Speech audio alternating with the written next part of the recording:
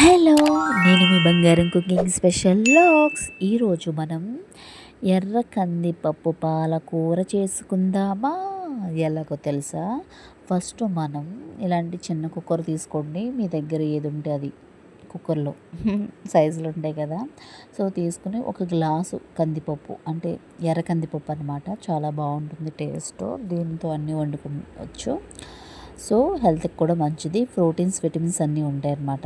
ఇలా 2 టైమ్స్ కడుక్కొని ఆ తర్వాత మంచినీళ్ళు ఒక 2 గ్లాసులు పోసుకొని నేను కత్తిపీట మీద కోసుకుంటాను కదా!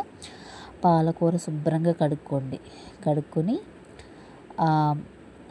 పాలకూరని చిన్న చిన్న ముక్కలుగా కోసుకోండి.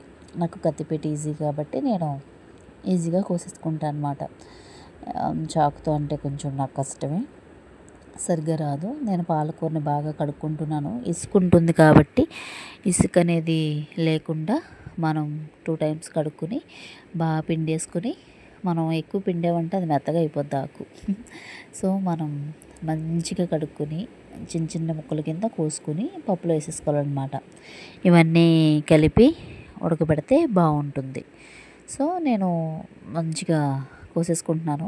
తర్వాత పచ్చిమిర్చి ఒక 2, 3, ఉల్లిపాయ ఒకటి మనం కోసేసి పొడవుగా చీలికల్లాగా వేసేసుకుందాం.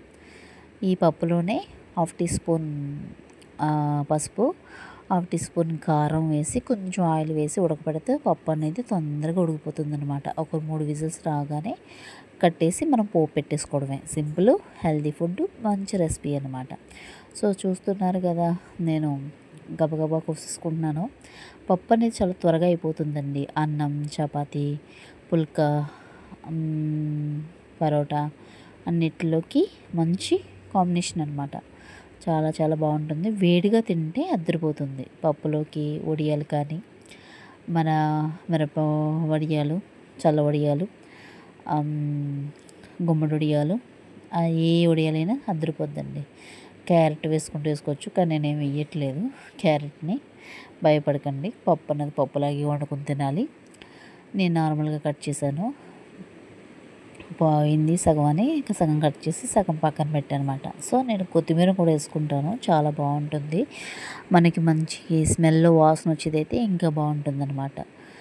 సో, నేను కొద్దిగా కొత్తిమీర వేసుకున్నాను. అలాగే పోపులో కూడా పక్కన తీసుకున్నాను అనమాట. దీంట్లో కొంతమంది టమాటా వేసుకుంటారు, కానీ టమాటా పాలకూర అన్నది ప్రమాదం అని విన్నాను. సో, నేను 2 కలపట్లేదన్నమాట. అంటే కిడ్నీలో స్టోన్స్ వస్తాయి అన్నారు కదా! సో, అది ఎంతవరకు నిజం అన్నది మనకు తెలీదు. కానీ టేస్ట్ ఎందుకు మారిపోవడం, టమాటా పప్పు అంటే టమాటా పప్పులాగే చేసుకోవాలి. ఇది పాలకూర పప్పు కాబట్టి నేను పాలకూర పప్పే చేస్తా. ఎర్ర కందిపప్పు. హాయ్! చూసారు కదా, నేను పసుపు, కారం వేసాను. కొంచెం ఆయిల్ వేసుకుంటే మనకి త్వరగా ఉడుకుతుంది. సో, నేను మొత్తం కలిపేసానమాట. కలిపేసి మనం స్టవ్ మీద పెట్టేసుకుందాం. ఈలోగా స్టవ్ మీద 3 విజిల్స్ రాగానే పక్కన దింపి, అది చల్లారిన తర్వాత పప్పు మూత తీసి మెదుపుకోవాలన్నమాట. సాల్ట్, ఉప్పు వేసి. సో, నేను ఆ పక్కన స్టీల్ గిన్నె పెట్టుకుని ఆయిల్ వేసుకుని దాంట్లో కరివేపాకు, కొత్తిమీర, ఎండుమిర్చి, వెల్లుల్లిపాయలు, జీలకర్ర, మనం కావాలంటే ఉల్లిపాయ ముక్కలు కూడా వేసుకోవచ్చు. బాగుంటుంది. పప్పు ఫ్లేవరు కమ్మదనం వస్తుందన్నమాట. నేనైతే నార్మల్గా అందులో వేసేసాను కాబట్టి, సో, నేను ఇందులో వేయట్లేదు. సింపుల్గా వేయాలి అనుకుంటున్నాను. సో, సింపుల్గానే చేస్తాను. అది వేసేసి బాగా వేయించుకోవాలండి. వేయించుకుంటే బాగుంటుందన్నమాట. ఇది ఏంటంటే స్టీల్ గిన్నె కాబట్టి హైలో పెడితే మాడిపోతుంది. సో, మీరు దగ్గరుండి చూసుకొని మీడియంలోనే, సిమ్లోనే పెట్టుకుని వేయించుకోండి. చూస్తున్నారు కదా, ఇలా వేగాలన్నమాట. ఎర్రగా వేయించండి. మరి ఇంకెందుకు లేటు, ఇలా వేయించేసుకున్న తర్వాత పక్కన విజిల్ వచ్చేసింది కదండి, నేను పక్కన పెట్టుకుని పప్పు మెదుపుకుంటున్నానండి.